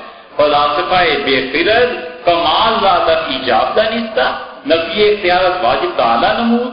ان بے وقوفوں نے، یہ فلسفی جو بے وقوف ہیں، اللہ تعالیٰ کے لیے اختیارات کی نفی کرتے ہیں اور اللہ تعالیٰ کے لیے ایسی چیزیں کہتے ہیں کہ ان بے خردان واجب را تعالیٰ و تقدس معطل و بیکار داشتہ. یہ بولی سینا اور اس کے ماننے والے فارابی کے ان بے وقوفوں نے اللہ تعالیٰ کو معطل اور بیکار سمجھ لیے. وجوز یک مصنوع کے انعم و ایجابت اور خالق سماوات و ارض خالق نہ دانستہ، اور یہ سمجھتے ہیں کہ اللہ نے بس ایک عقل کو ہی پیدا کیا اور کسی چیز کو پیدا ہی نہیں کیا. یہ حضرت مجدد رحمۃ اللہ علیہ نے بڑی طویل عبارت لکھی ہے، 266 نمبر خط ہے. حضرت نے یہاں جو کچھ لکھا ہے نا کہ ابن عربی بھی اس کے قائل تھے، اس کو پڑھ کے بڑی حیرت ہوئی. حیرت اس وجہ سے ہوئی کہ اس سے پہلے یہ چیز ایک جگہ پڑھی تھی، خمینی نے جو خط لکھا تھا روس کے صدر کو، اسے خط میں لکھا کہ تم مسلمان ہو جاؤ، اور اس میں خمینی نے یہ لکھا کہ ابن عربی رحمۃ اللہ علیہ نے اور فلسفہ اعلیٰ میں یہ بات مقرر ہو چکی ہے کہ اولیاء اللہ کی ارواح سے مدد مانگی جاتی، اور ہمارے جو ائمہ ہیں 12 ائمہ ان سے بھی مدد مانگی جاتی ہے. تو وہاں پڑھا تو خیال آیا کہ اچھا چلو ابن عربی رحمۃ اللہ نے لکھا ہوگا، لیکن اعتماد اس لیے نہیں تھا کہ ہر آدمی کی نقل معتبر تھوڑی ہوتی ہے. حضرت مجدد رحمۃ اللہ علیہ کے یہاں جب پڑھا تو پھر خیال ہوا کہ حضرت نے خواجہ باقی باللہ رحمۃ اللہ کا حوالہ دیا، یہ نقل بڑی معتبر ہے، اس کی تلاش کرنی چاہیے. تو فتوحات میں اور باقی جو کتابیں وہاں تو نہیں ملی. کتاب القدس بھی دیکھی، یہ ابن عربی رحمۃ اللہ کی بڑی زبردست کتاب، پڑھو تو پتہ چلتا ہے کہ علوم اور معارف کیا ہوا کرتے ہیں. پھر جب ابن عربی رحمۃ اللہ علیہ کی تفسیر دیکھی نا، سورہ الدہر کی تفسیر، تو ابن عربی رحمۃ اللہ علیہ نے وہاں پر یہ بات لکھی. پھر پتہ چلا کہ خواجہ باقی باللہ رحمۃ اللہ علیہ نے ابن عربی کی تفسیر کہیں پڑھی ہوگی، تو حضرت نے یہ قول نقل کیا اور حضرت مجدد رحمۃ اللہ علیہ نے مکتوبات میں بھی نقل کر دیا. اب دیکھ لو آخری آدمی جو رہ گیا حضرت مجدد رحمۃ اللہ علیہ کے بعد حضرت شاہ اللہ رحمۃ اللہ علیہ کی باتیں بھی ہیں، وہ تو کسی وقت آ جائیں گی. ان کے بعد جو بڑا آدمی آیا ہے حضرت مجدد رحمۃ اللہ علیہ کے بعد ان مسائل کے معاملے میں، وہ حضرت انور شاہ صاحب کشمیری رحمۃ اللہ علیہ. انور شاہ صاحب کشمیری رحمۃ اللہ علیہ نے بھی اس مسئلے پر لکھا ہے، اور حضرت نے الظفر الخاتم جو قصیدہ لکھا ہے نا، اس کے کچھ اشعار ہیں، یہ آپ کے سامنے رکھتے ہیں. دیکھو حضرت نے کیا کیا. بولی سینا کے کافر ہونے کے قائل ہوئے 3 بنیادوں پہ. ایک یہ کہ چیزیں قدیم ہیں، دوسرے یہ کہ اللہ تعالیٰ بہت سی چیزیں نہیں جانتا، اور تیسرے معاذ اللہ تیسرے یہ کہ جسم کا حشر نہیں ہوگا. اب جسم کا حشر نہیں ہوگا اس پہ کافر کہنا ابن بولی سینا کو یہ امام غزالی آ گئے تھے، پھر ان کے بعد ملا عبدالحکیم سیالکوٹ، ان کے بعد حضرت مجدد رحمۃ اللہ علیہ کے بعد انور شاہ صاحب رحمۃ اللہ علیہ کو دیکھو. حضرت فرماتے ہیں اپنے قصیدے میں واللہ کان ولیس شیء غیرہ، اللہ تعالیٰ ہی تھا اس کائنات میں اور اس کے علاوہ کوئی نہیں تھا. سبحانہ جل العظیم الشان، اللہ کی ذات پاک ہے اور وہ عظیم الشان ہے، بڑی عظمت والا ہے. واللہ خالق کل شیء غیرہ، اور اللہ تعالی اپنے علاوہ ہر چیز کا پیدا کرنے والا ہے. ما ربنا والخلق مقترنان، اور اللہ پروردگار عالم اور مخلوق یہ ازل میں ساتھ ساتھ نہیں تھے. مقترنان ساتھ ساتھ ہونا نا، ان میں اقتران نہیں تھا، یہ ساتھ ساتھ نہیں تھے، بلکہ اللہ کی ذات اپنی مخلوق سے علیحدہ ہے. لسنا نقول کما یقول الملحد الزندیق، ہم وہ بات نہیں کہتے جو ایک ملحد اور زندیق نے کہی ہے. انور شاہ صاحب رحمۃ اللہ علیہ سے ملحد اور زندیق کہہ رہے ہیں نا، یہ بولی سینہ ہو گیا. صاحب منطق اليونانی، جو یونانیوں کی منطق کا ترجمان تھا، بدوام هذا العالم المشہود والارواح، جو اس بات کا قائل ہے کہ یہ مادہ جو ہے یہ قدیم ہے اور اس کے ساتھ ساتھ ارواح بھی فی ازل ولیس بفانی، اور روحیں بھی ازل سے قدیم ہے اور وہ فانی نہیں. اب یہاں انور شاہ صاحب رحمۃ اللہ علیہ نے روحوں کے قدیم ہونے کی نسبت بولی سینہ کی طرف کی ہے. حضرت مجدد رحمۃ اللہ علیہ نے خواجہ باقی باللہ رحمۃ اللہ علیہ کے حوالے سے ابن عربی کی طرف کی، اور حضرت نے اسے لکھا ہے کہ ملحد اور زندیق تھا. یہ کفر کا فتویٰ غزالی کی طرف سے آیا، اور انور شاہ صاحب رحمۃ اللہ نے پھر بات پوری کر دی ہے، چھوڑا نہیں. وہ کہتے ہیں هو ابن سینا القرمطی غدامری شرک الردى وشریطۃ الشیطان. یہ جس ملحد اور زندیق کا میں تمہیں کہہ رہا ہوں، یہ ابن سینا کرمتی نسبت ہے. پھر ایسے فرمایا غدامری بھی نسبت ہے. فرمایا شرک الردى، ردا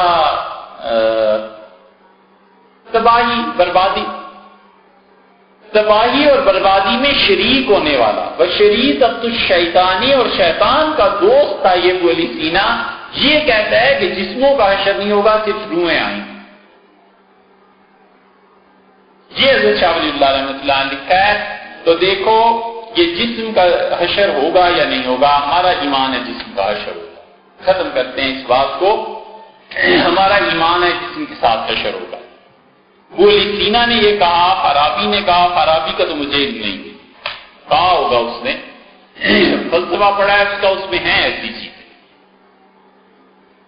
امام غزالی رحمۃ اللہ نے تکفیر کی، ملا عبدالحکیم سیالکوٹی رحمۃ اللہ نے کر دی. حضرت مجدد رحمۃ اللہ علیہ کہتے ہیں کہ ان کی تکفیر ہونی چاہیے، لیکن حضرت ذرا سا اپنے جان چھڑا گئے. اور انور شاہ صاحب رحمۃ اللہ نے ملحد شیطان سب کچھ یہ لکھا. ٹھیک ہے، بولی سینہ اور یہ ان لوگوں کی تکفیر اس وجہ سے ہے. یہ ہیں وہ 5 مسائل. اور اب آخر پہ ایک بات عرض کرتا ہوں، یہ بات کوئی حتمی نہیں ہے، یہ علمی مباحث ہیں. اتنے بڑے بڑے لوگ ہیں، ان کے بعد یہ بات کرتے ہوئے بھی ڈر لگتا ہے. لیکن میں نے بولی سینہ کو پڑھا، اور بولی سینہ کی یہ کتاب ہے الشفا، اور بڑے بڑے لوگوں نے، راضی نے اس کی شرح لکھی ہے، اور لوگوں نے اس نے جہاں معاد کی بحث کی ہے نا، کہ آخرت میں نبوت کی بحث ہے، اللہ تعالیٰ کی ذات پاک اور صفات کی بحث ہے، آخرت قیامت کی بحث ہے، عقیدے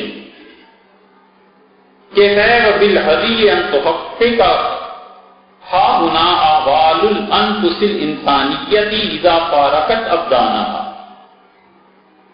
اور پھر یہ بات بھی غور کیے جانے کے قابل ہے کہ انسانوں کے جو جسم ہیں، جب یہ روحیں جو ہیں جب جسموں کو چھوڑ دیں گی تو کیا ہوگا.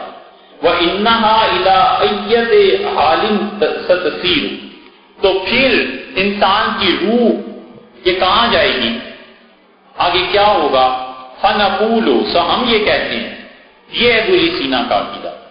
يَجِبُ أَن يُعْلَمَ أَنَّ الْمَعَادَ مِنْهُ مَا هُوَ مَنْقُولٌ مِنَ الشَّرْعِ وَلَا سَبِيلَ إِلَىٰ إِثْبَاتِهِ.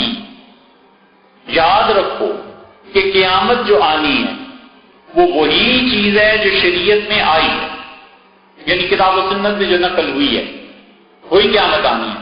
وَلَا سَبِيلَ إِلَىٰ إِثْبَاتِهِ، اور قیامت کو ماننا، اس عقیدے کو ماننا، اس کی کوئی صورت نہیں ہے الا من طریق الشریعت، سوائے اس کے کہ ہم شریعت کی بات چپ کر کے مانیں کہ واقعی قیامت آئی.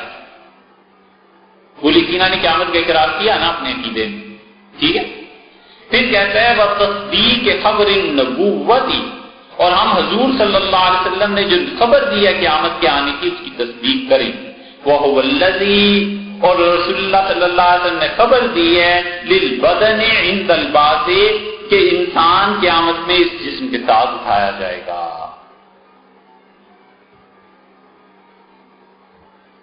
لِلْبَدَنِ گر گیا قلعہ.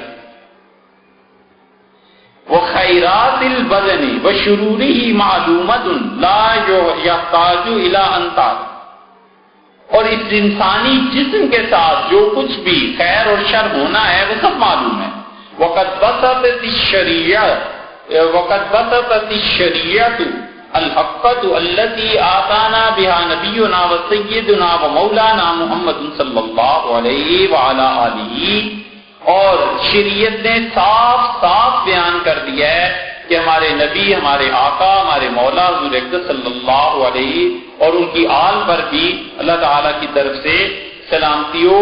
حال السعادت والشقاوت کہ آخرت میں کیا جنت میں اچھائیاں ملیں گی، جہنم میں شقاوت بدبختی ہوگی. التی بحسب البدن جس میں انسانی کے ساتھ وہاں کیا کیا ہوگا. ہم یہ نہیں کہتے کہ وہ سینا اور عقیدوں میں بھی ٹھیک تھا، لیکن یہ سوچنے کی بات ہے. اتنے بڑے بڑے حضرات نے بولی سینا کی تکفیر کی ہے، لیکن جب ہم نے بولی سینا کو پڑھا تو اس عبارت سے پتا چلا کہ بولی سینا انسانوں کے جسم کے ساتھ ہی پیدا ہونے کا قائل ہے. لیکن یہ اتنے بڑے بڑے لوگ ہیں، ابن عربی اور مجدد رحمۃ اللہ علیہ وغیرہ وغیرہ، کیا کہیں. یہ کوئی اس پہ تحقیق کرے، اتنا وقت تو ہے نہیں اب ہم تحقیق کریں، لیکن کوئی اس پہ تحقیق کرے کہ ان حضرات نے جو کچھ کہا کس بنیاد پہ کہا، اور بولی سینا نے الشفا میں صاف جب ایک بات کا اقرار کیا ہے تو یہ بات کیا ہے. باقی